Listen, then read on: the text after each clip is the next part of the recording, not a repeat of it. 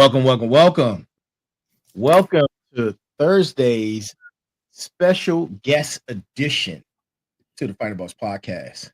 Tonight's show, number 64, we have the wonderful Tonya Pease, who's an entrepreneur,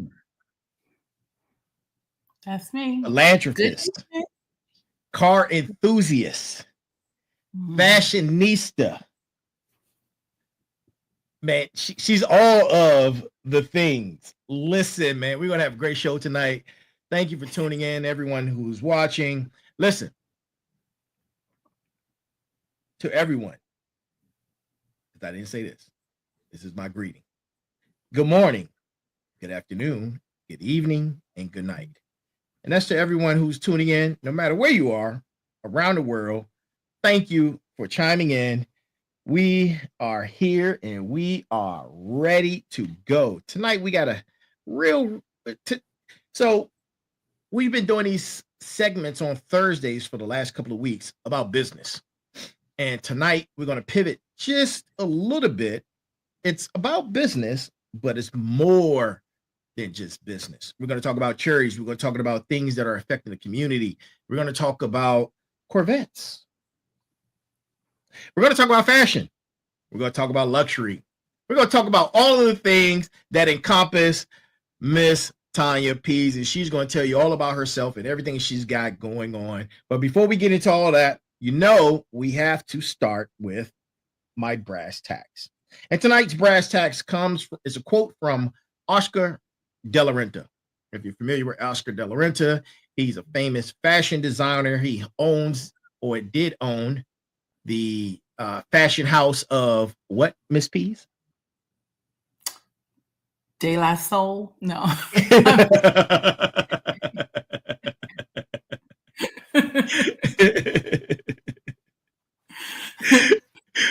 we go. I was just gonna say I haven't seen an Oscar de la Renta piece in a long time. Yeah, it's high fashion. But tonight's brass tacks comes from him, and here it is. Being well dressed hasn't much to do with having good clothes. It's a question of good balance and good common sense. That's our brass tacks for tonight's show, going into episode number 64, from Corvettes to communities. Corvettes to communities. That is the title of tonight's show. And man, it is wonderful. Thank you first and foremost. I miss you. I miss the Corvette family so much. You have no idea. It's been almost 2 years now since I had that crazy accident, and which took me out of the Corvette family.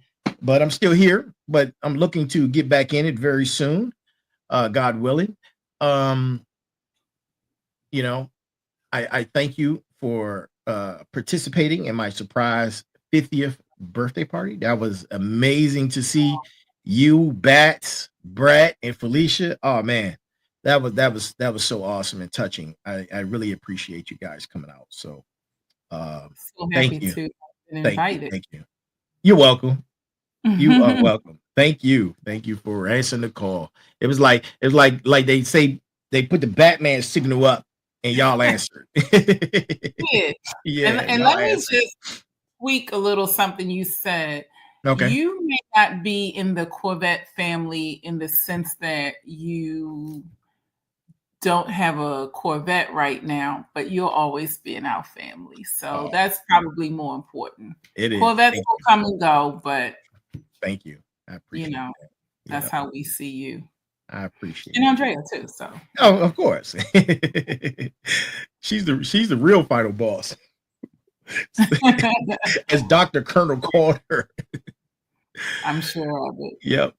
So tonight, Miss Pease, Tonya Pease, is a fascinating powerhouse who seamlessly blends her passions for the Corvette community, high-end fashion, impactful social work. Tonya, you are here on The Final Boss. Thank you. Thank you for the platform. I appreciate it. I take it lightly. Always. So let's start. Let's talk about Corvettes. It's more than just cars, of course. It's a community. What draws? I know because I'm in the community, but in your opinion, what draws people to the Corvette community? So you can buy a lot of cars. True. And you can buy a lot of cars that are not even close to the price point of a Corvette. Mm-hmm. But when you purchase a Corvette, you know that you are buying a lifestyle. You're buying into a lifestyle. Like you said, you're buying into a family. Right. Just to use a quick example, you could go and buy a Camry. Nothing wrong with Camrys, reliable car, right? But where will you see Camry t-shirts? And where will you see a Camry museum? And, where will you see a bunch of Camrys rolling down the highway together, 20, 30 deep? Now, if I ever see that, we're going to have a conversation. Right. So, when you buy a Corvette, you buy into that. When you drive down the street and another Corvette is approaching you, you do the Corvette wave. You flash your headlights, you wave, whatever you're able to do. Other car companies don't do that. Yeah. So you understand that you are buying into something bigger than just the car in the garage. Right. Yeah. Okay. And by the way, when I was a kid, I would always say, when I grow up, I'm going to have a Trans Am and a Corvette. I used to love those Trans Ams, the black and gold ones from Smokey and the Bandit. Smokey and the Bandit. Yes. Smokey and the Bandit. Yep. Right. Yeah. Used to love those shows, those movies growing up. Yeah. It was, so that's what it is. And then once you get bit, you are. Oh, yeah. Once you're in, you're in. Yeah. Yep. I've owned a couple. So, and I agree. It's more than just driving a car. It's a certain level of not only energy, but synergy that comes along with it. And everybody I know who was a Corvette enthusiast, they were all about making their car theirs. It's a certain level of individuality that you want to put into your Corvette to make it yours. And when you're driving it, you know who car that is. And it doesn't before you even see the personalized plates. I didn't have personalized plates, but a lot of people do. But before you see the personalized plates, you know exactly who car that is. So absolutely. And one thing that we do not do. A Corvette is a Corvette is a Corvette. Absolutely. And if you have a 72, ooh, 89, nice. Right, 2002, or 2025, a Corvette is a Corvette is a Corvette, and we do not discriminate. We don't within our race. Right. I said one day I would love to get a C3. Me too. And turn it into a resto mod and put the latest tech and comforts, whatever. Just it'll be a C3, but it'll be a modernized C3 with LED lights and all the crazy stuff. I love that. That's my favorite model, the C3. I love the C3. That's actually when I fell in love with the Corvette, with the C3. Yep. A friend of mine's husband had a C3, and they live in Virginia. A lot of people know this story. And he came to Baltimore and took me to the park. He had a black C3 with red interior. I think he still has it. I'm pretty sure. I'm sure he does. and that's when I fell in love with it, and I did it. So here we are. That's, in my opinion, that is the original Batmobile. It has the long nose, and I said, that's the Batmobile for me. Yeah. Right. Yep. And the newer Corvettes, like the 2025, the front is short. Right. The CH is shorter. Yeah. Right. It's short. So you have to kind of get used to that. But a Corvette is a Corvette is a Corvette. We're going to talk about your 2025 later on, but yeah. That's Mr. Pease. But I drove it today. I know you did. I know you did. Yeah, we could talk about that. Yeah, it's a beautiful car. Question: how does this community intersect with other interests, particularly in fashion and luxury? Well, let me tell you. Okay. So you've probably seen some of the memes where the man has on the shorts that come to your knees. Yeah. The denim shorts, and the New Balance. Right. Exactly. Yeah. It doesn't have to be like that. Right. I know. It doesn't. Because I'll tell you, I know people, myself included, who will build a whole wardrobe around the color of my car. Corvette gear, sneakers, everything matching when you step out on the scene.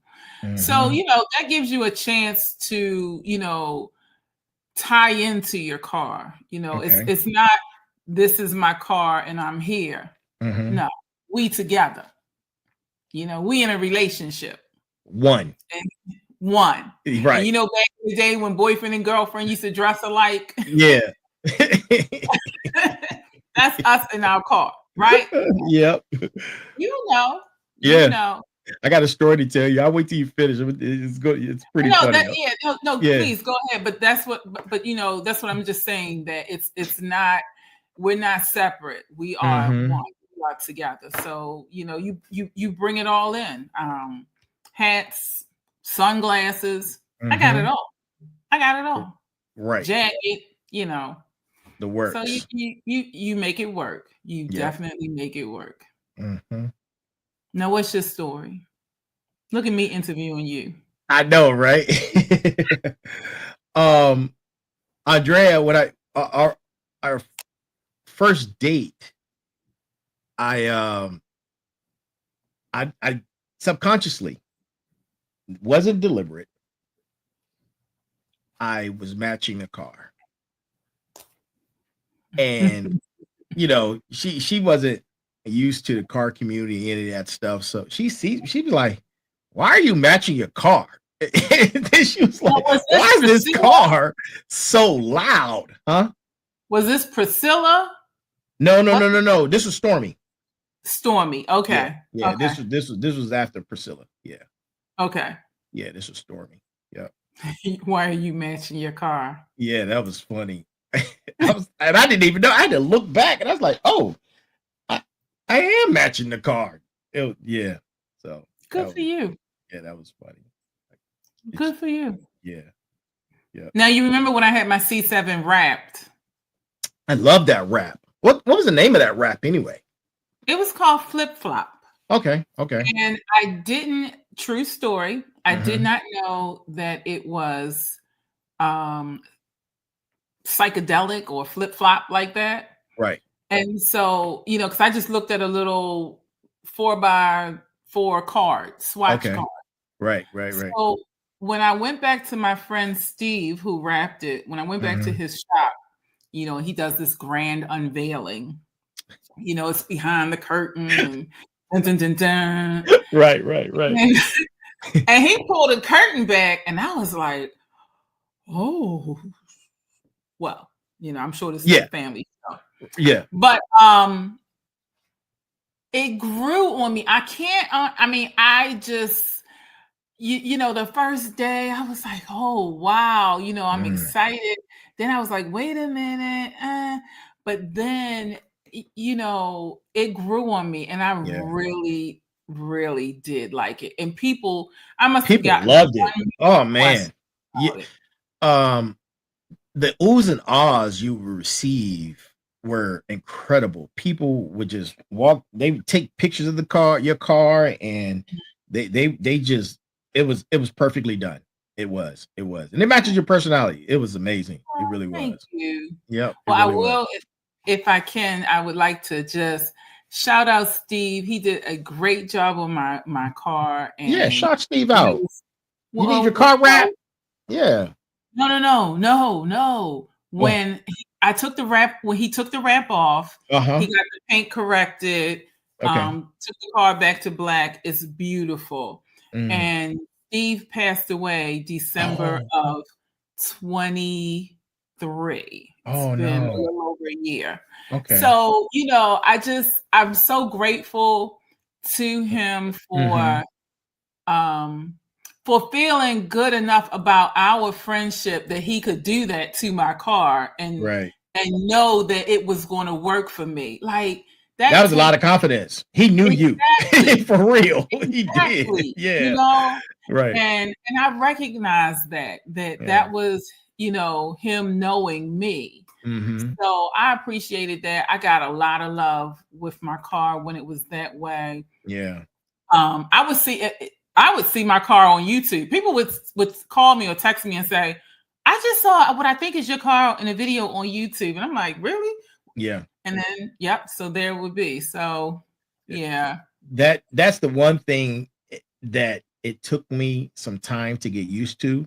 People taking pictures of your car, finding you on social media or recording it and finding you on social media and send you the recording or the picture. Like, hey, you just passed me, or hey, I saw you earlier, or I'm like, whoa, that's kind of but I understood it. Right. I mean, I would be on, like, say, the Beltway or 95, and I need to get over to make this exit. But you ride next to me videoing. Right.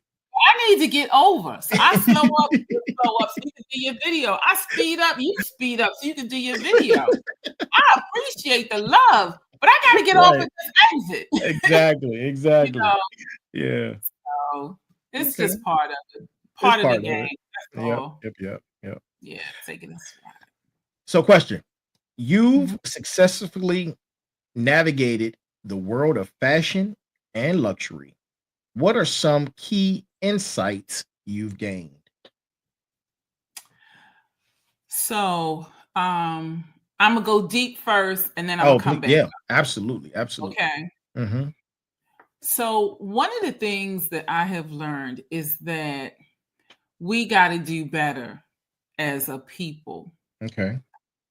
When it comes to things like this baby has 12 pair of Jordans and no college fund. Right.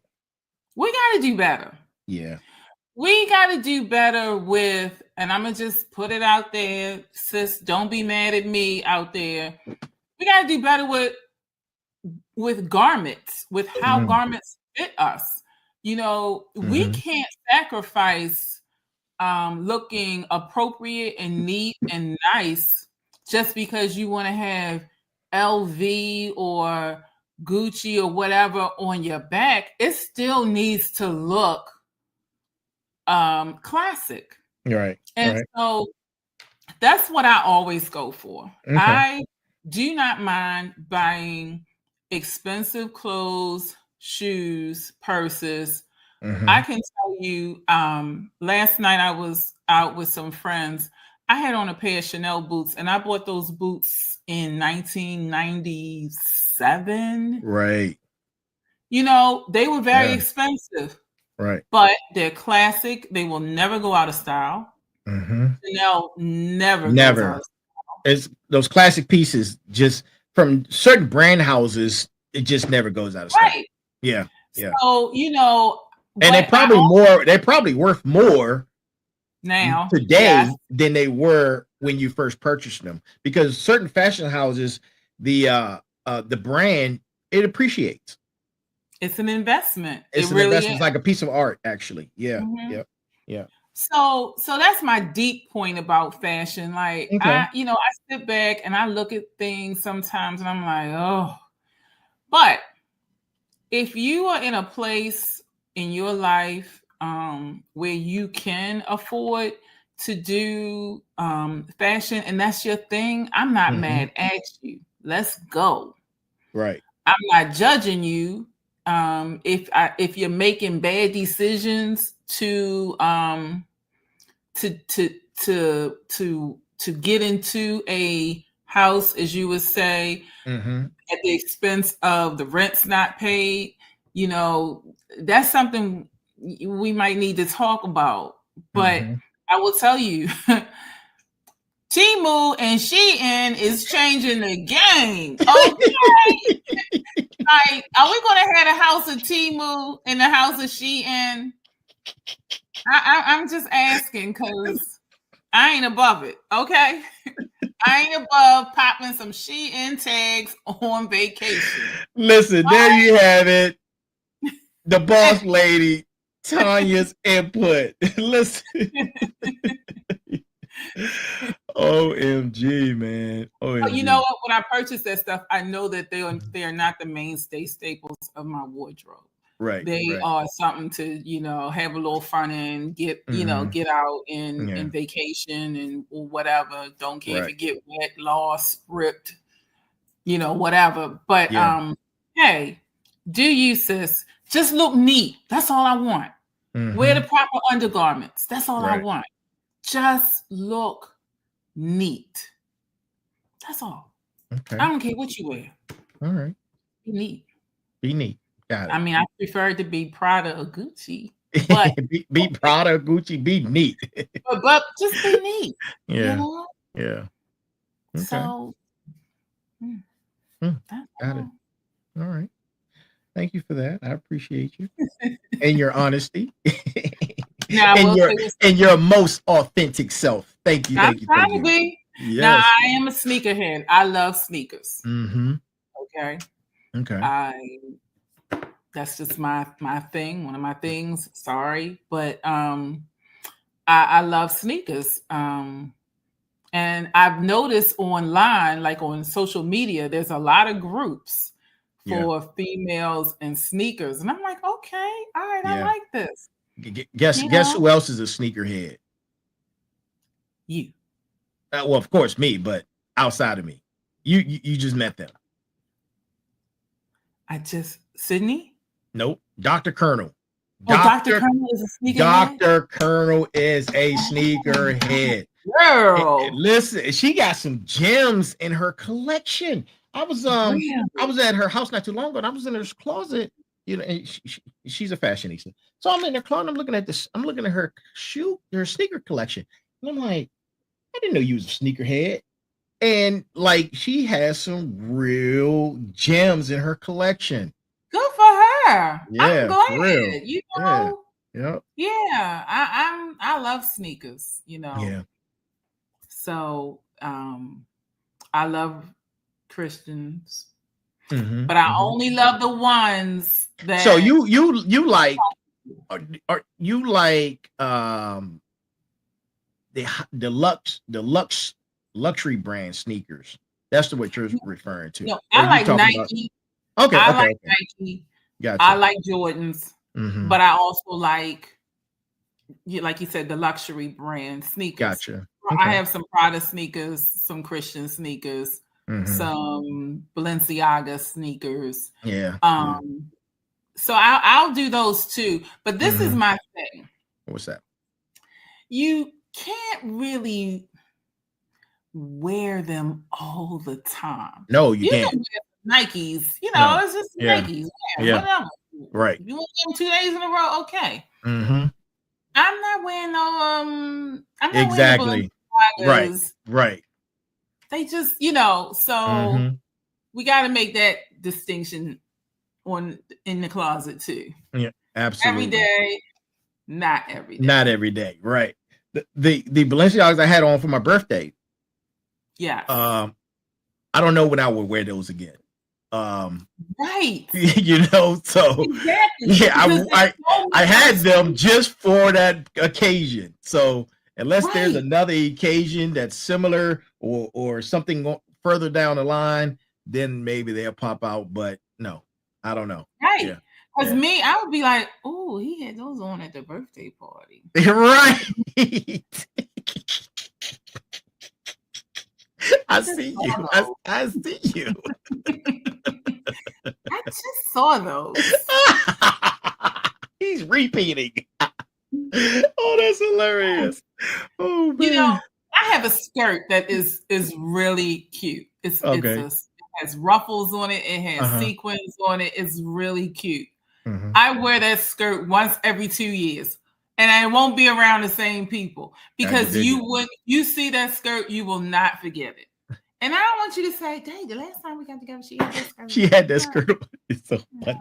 Oh my God. And it's a great skirt, so I'm never going to, not wear it, right? Not right, or get rid of it. No, but she just can't come out often. Got it. Yeah. So she understands. I'm quite sure she does. How do you balance the pursuit of luxury with social responsibility? Yeah. So my pastor would probably who's your pastor? Reverend Dr. Stanley Fuller. Okay. And his lovely wife, co-pastor, Reverend Dr. Ann Leitner Fuller. Okay. And I believe, we always go back to our roots. And when I was a kid, my uncle was the pastor of the church that I attended. I was raised Baptist. You want to get to the point where you can tithe. And my uncle would always say, you can't tithe if you're in a lot of debt, because you shouldn't be in a lot of debt. That's not what we're supposed to be. And so being social, so to answer your question, I can't put myself in a place where I can't take care of things that I'm supposed to, like tithe, like give back to my community. I'm involved in some charitable organizations, and we're gonna get to that. Yeah, money, So you got to stay in your means. Okay. I wish they had a class in schools that taught kids about being financially responsible. I don't think that exists the way that I'm thinking that it should exist, if it does exist. But you have to be able to handle your business responsibly, and then everything else is yours to play with. So do it backwards. Don't buy the $6,000 purse and then live off the rest. Do what you have to do. Take care of business. And the rest is yours to play with. Right. And I'm going to tell you, I don't judge, listen, if you want to buy a house, you don't want to buy a house, because that's always a big thing. You'll hear, especially older people, they'll be like, you buying all that stuff and you don't even have a house. Right. Well, some people don't want a house. True. So house is a lot of responsibility. It is. It's a lot of responsibility. Absolutely. And there are pros and cons, and I understand both arguments. Yep. So, I need the tax shelter. My kids are grown. I need the tax shelter. I could dig it. Absolutely. So, but just handle business and then play. Okay. All right.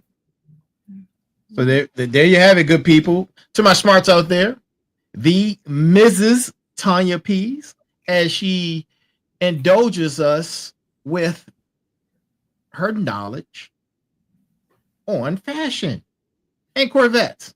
So now we're gonna pivot, right? We're gonna talk about some things that are near and dear. So we're gonna shift gears and we're gonna talk about a critical issue that you mentioned. And that critical issue is food scarcity and food deserts, and how that is disproportionately affects certain communities. What do you believe, in your opinion, are the underlying causes?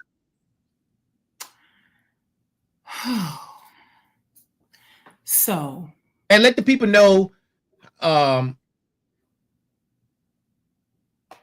how you are able to speak on this particular topic, because you're in the health community as well. Right. Yeah.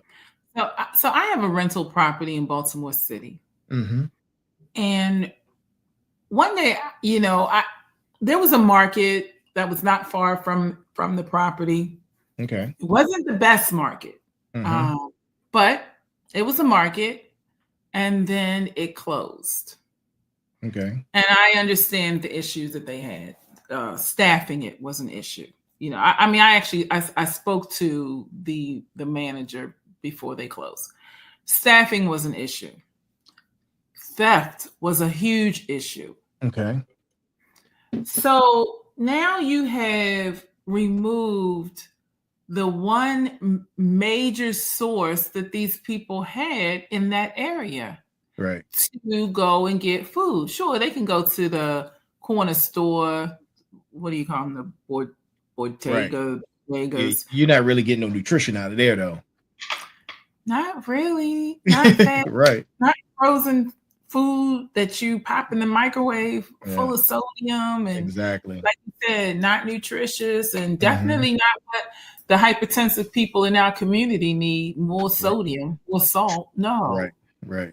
So, it just made me think, like, everybody doesn't just jump in their car and drive to whatever market they want to go to, put the groceries in the trunk and go back home. It just doesn't happen that way. Correct. And I've met some people. I have a cousin. He's very involved in nutrition and farming and things like that. I met a young lady. She's very involved in teaching young people how to select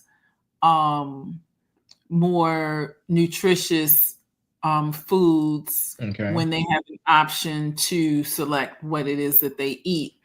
Because as we all know, when you are a child, you eat what your parents or the adults in the house provide you to eat. Absolutely. I mean, that's it. Yeah. So getting the children to be able to make better choices when they have that option to make better choices, I think is real important. And that's what that young lady does. I will tell you, I worry about when school is closed, because school provides nutrition. Sometimes the only meals that a child may get during the week is from school. Yeah, that's unfortunate. Yeah. So you close school, let's just say on a snow day. Yeah. Suddenly school is closed, due to inclement weather. Do we know that they have something to eat at home? Right. When they are relying on the school system as their main source of nutrition, what do they do on the weekends? What do they do all summer? Like, so right. So those are some things that really are on my radar. And I'm currently involved in a program at the Associated Black Charities in Baltimore. Okay. Where I am, it's a course over 6 weeks where I am learning how to be a good board member for a nonprofit or a profit, just to be a good board member. Because when I graduate from this class, my hope is to get on the board of an organization that has something like this on their agenda to tackle. Okay. Yeah, it's really, it's not as easy. It's just not an easy thing to fix. Right. You build another. You let's just say you build another grocery store in the middle of this urban, this inner city area. you need, again, staffing. Yeah. Loss prevention. Mm-hmm. And then just you can buy lettuce all day long, but if that's not the food choice that people are going to make. Right. But on top of that, I'm glad you just mentioned that. Nutrition costs. People, when I was on my bachelor's, when I was working on my bachelor's degree, I had took a class on I think it was nutrition or something. It was one of those classes, general education something like that. And that's when I learned about food deserts. But then at the same time, it's also when I learned why you can get a whole meal from a fast food restaurant back then for about $10. But to get ingredients to make that same meal from a nutritional perspective, it's going to cost you about $20-$30. And try doing it in a house with no gas and electric. Right. That point right there. So nutrition does cost more than junk food, fast food, or any of these go-tos that pop into the ovens and real quick, like you said, those sodium-filled quick appetite pleasers. Those things are they're relatively inexpensive, and they're usually a lot of people, especially kids, go to. And versus eating a quality salad. Right. Yeah. Right. Yeah. Right. So it's easier. Go ahead. I'm sorry. I didn't want to interrupt. It's easier. Yeah, it is. It is. Mom, I worked all day. Yeah. Then I had to go and pick you and these other kids up. All right. And then we got to do homework and all of this stuff. Yeah. It's easier. Yeah. True. I get it. True. Yeah. But the conversation needs to be on the table. Because easy and lazy will hurt you in the future. That's why probably number one reason why America as a whole has so many health problems, because of the food selection. That's just my opinion. I'm no doctor, or I'm not in the medical field, but that's what the science says. So yeah. Sure. What do you think, in your opinion, are some potential solutions for that? So again, it's education. Education. Mm-hmm. You have to break the cycle somewhere. Right. You have to break the cycle. I think First Lady Michelle Obama had the right idea in requiring schools to give healthy lunches to students. I think that was a good initiative. Yeah. Right. Sure. That should help move the needle with a younger generation. Mm-hmm. But I disagree. And I know you asked me about solutions, but one solution that I think was put in place was to get away from these like big gulps and the big super gulps. And listen, we all have a choice. And if that's your choice, who am I to limit you or to restrict you from what it is that you want to do? Correct. But I would hope that at some point someone is able to, in an inner city, look at what options do we have. And I know that there are probably people who are looking at this and it's not something that, we're discovering here tonight that exists. Right. There is probably someone trying to figure out how to make this happen. I remember when I was a kid, the man came around with the cart, the horse, and all the fruit was on the back of the cart. Wait. Hollering. Time out. Flag on the play. Now a cart with fruit. What? Yeah. Where was this?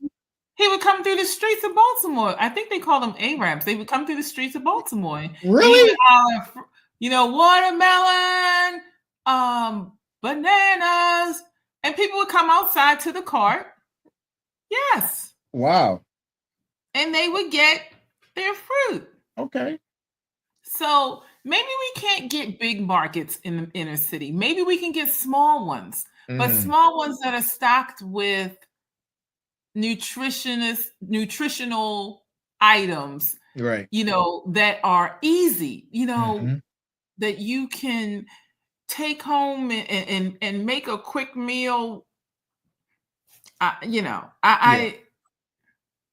Listen, I know my grandmother, she cooked on Sunday and there was enough food to last us till Tuesday. Man, listen. Eat it all the day if you want to, but I'm not cooking again until Tuesday. And the whole family came over to eat on Sundays, right after church. Right. Well, after the first, second, third, fourth church service, then dinner. You know what I'm talking about. If Cash was coming over, you better save that big piece of chicken. Right, exactly. And don't talk about playing outside in the alley. Right. And you better not go out there in your church clothes. So and hide the liquor. Right. Oh, yeah, that part. Moving on. We talked about Corvettes in the car community. We talked about fashion. We talked about nutrition and food deserts. Another topic, because we're gonna pivot again. Another topic that we're gonna dive in real quick about is something that's near and dear to both of us, and that is domestic violence. And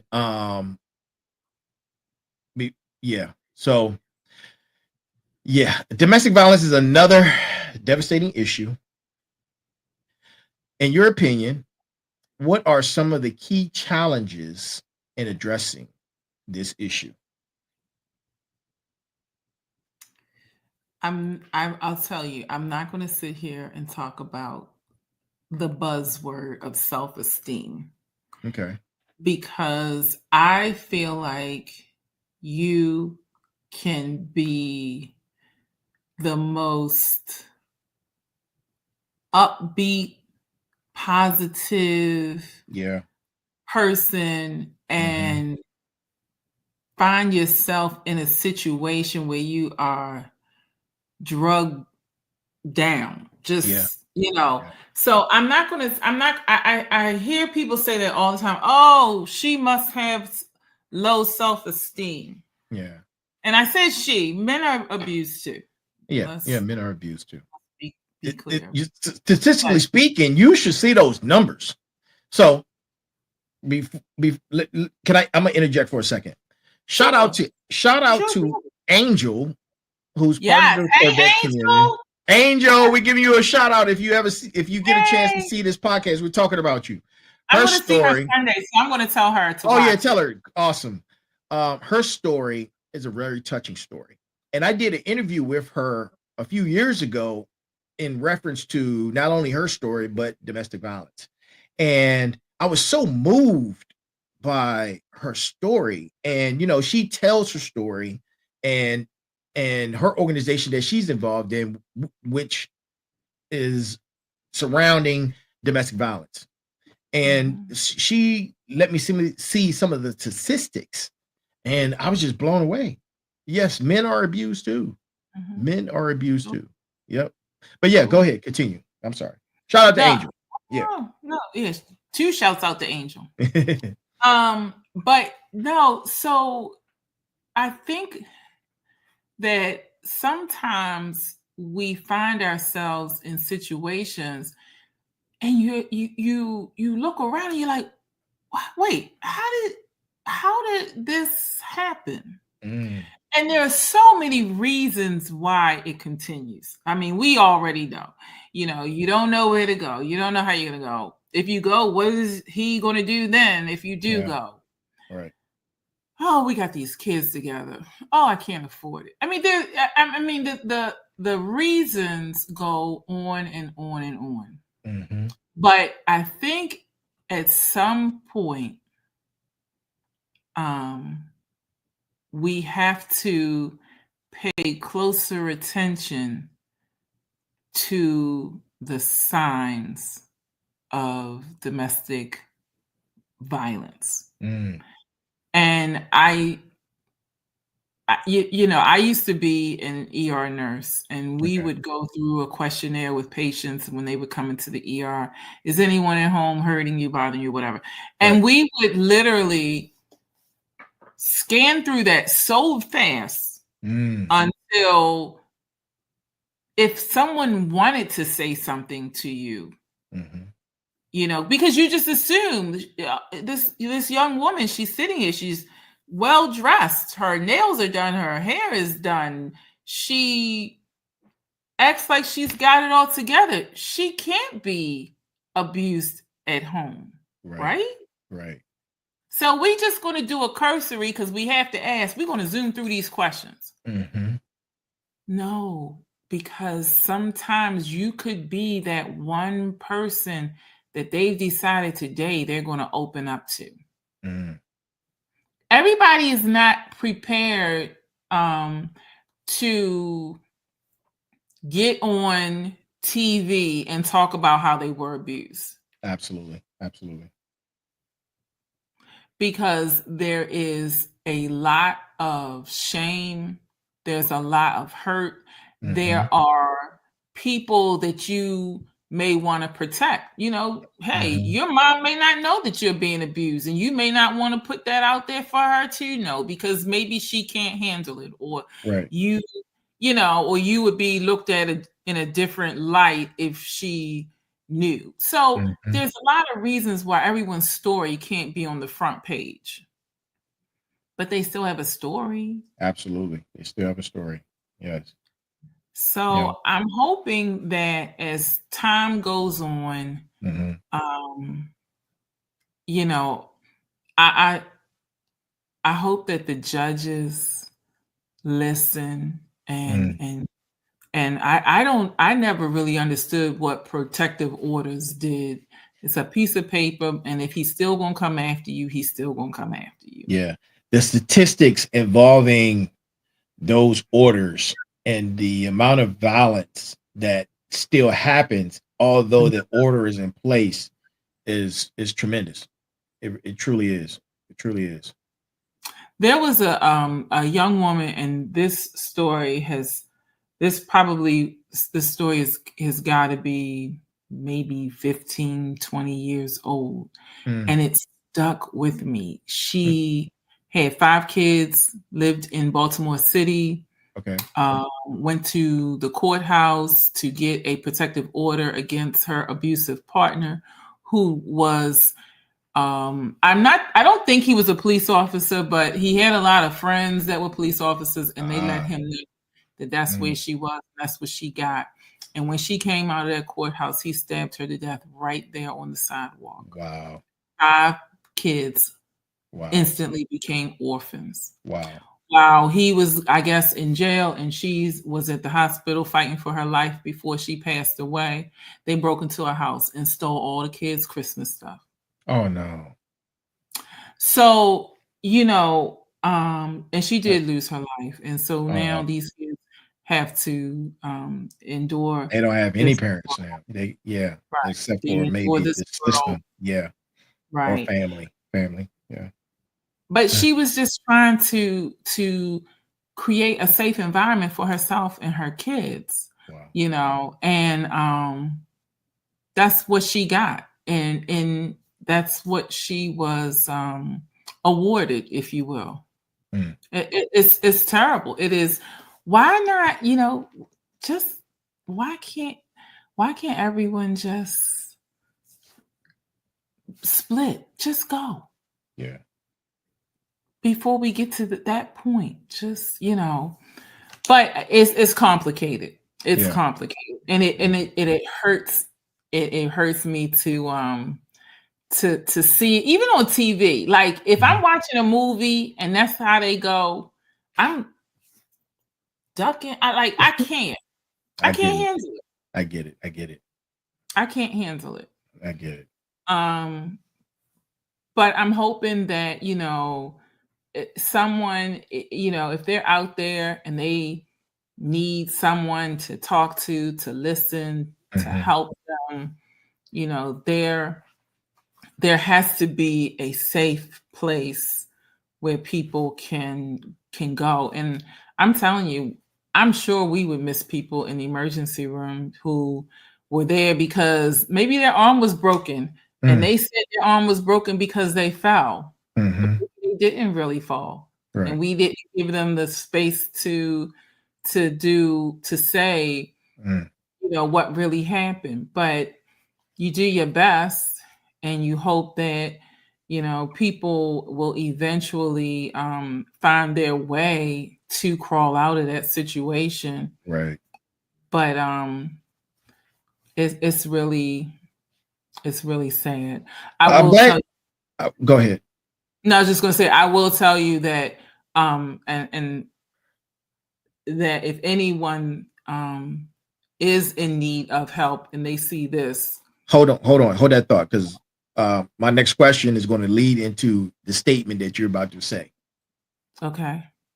What role can communities play in supporting victims and preventing future instances of domestic violence? And if you have any information available, can you drop it here?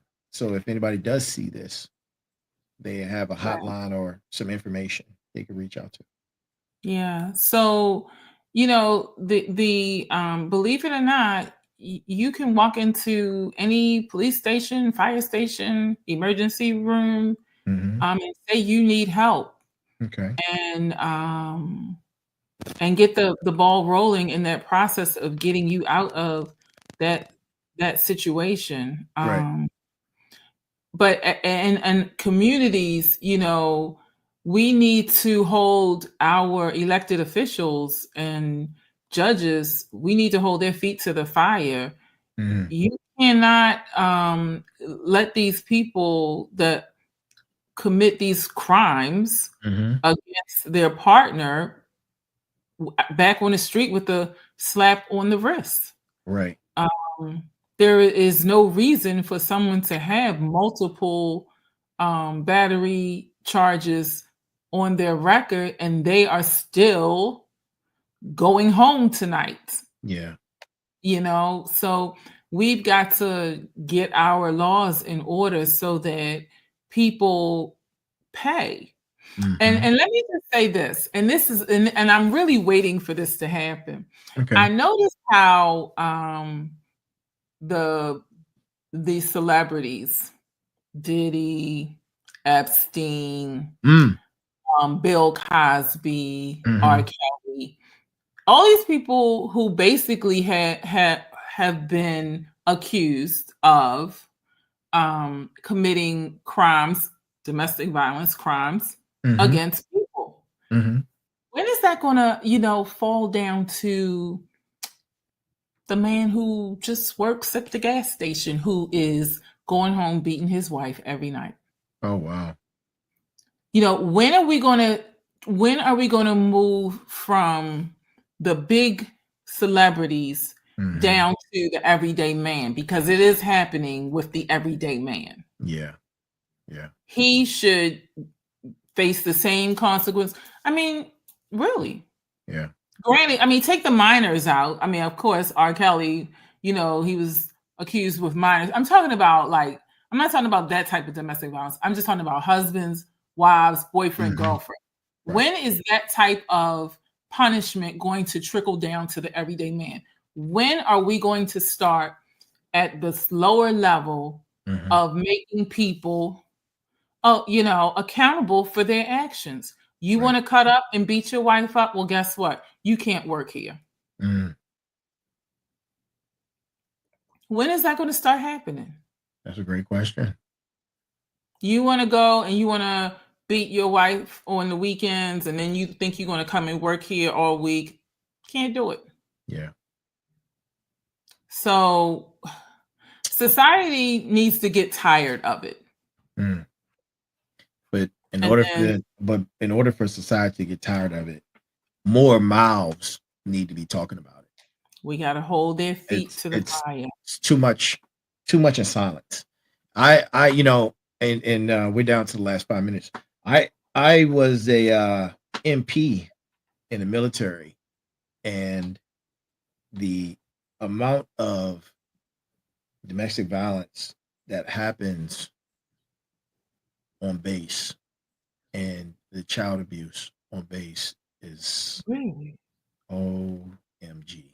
It's crazy. But in the military, don't you get in trouble, like kicked out? Yeah, absolutely. You get UCMJ actions, you get arrested, you can go to Fort Leavenworth and spend a lot of time, but that doesn't stop it from happening. It happens. Yep. You know, that's a conversation that we can pull up some statistics and get some military folk on here, and we can talk about it. But yeah.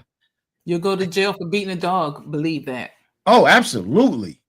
And hey, I love a dog. Dogs and came up. Don't get me wrong. I'm not saying nothing about the dog, so don't start writing me letters. Right. We love our pets. Right. But I'm just saying, you know, a certain group of people got tired of animal cruelty, and they did something about it and put laws in place where you will go to jail if you abuse an animal. Yeah. Well, I guess you will go to jail if you abuse a human being, but it appears that you get so many chances. So, yeah. Okay. Well, that was a fast hour. I told you it was going to be a fast hour. Ladies and gentlemen, Mrs. Tonya Pease. Thank you. Thank you for having me. You're welcome. Wait. Ooh. You're welcome. Wait a minute. That's not supposed to happen. I hit the wrong button. Oh, I thought it was God talking. Like, wait a minute. I ain't do nothing today. I was a good girl today. Go repent. No, stop. Listen, Mrs. Tonya Pease, everyone. Oh man, such a pleasure. No, we're not going anywhere yet. So, and I want you to stay on. We got to have our after conversation after the show ends. But for the last 2 minutes, is there anything you want to say? Any information, charities, anything you are involved in, you want to tell the people about? Go. Okay. So I want to tell people about, like I said, the Associated Black Charities. Please support them. They need your help. Okay. And I'm going to take you back old school. I'm a member of NAACP in my area. All right. Please get you a little membership. They need your support. And I don't have to tell you, in times like this one, we really need as many people united, fighting for us and our needs as we can get. So yes, I'm working with those. I am actually also working on a project right now to collect prom dresses to help young girls for the prom this year. Okay. And we're going to probably extend that project to get them help with job interviews and the proper clothes for that. So that's something I'm working on. And they can send me a message or send you a message, and you can send it to me about the prom dresses. But yeah, it's a lot. We got a lot of stuff that's coming up. And exciting time to be me. All right, cool. Well, ladies and gentlemen, that is Mrs. Tonya. Oh, wait a minute.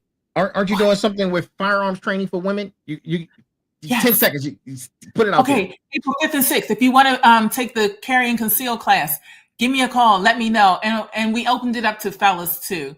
So yeah, because they were not, y'all want to do everything we do. So yeah, so contact Turbo and we'll give you the information. April 5th and 6th. The cost is $300, $50 to save your spot. And it's in Baltimore City. Okay. All right, ladies and gentlemen, that's our show for tonight. This is the Final Boss. I am the Final Boss, Mrs. Tonya Pease. Thank you again. Have a great night. Have a great week. Hey, listen. A great time. Stay balanced, stay equal, stay smart. That's our show for tonight. Y'all have a great one.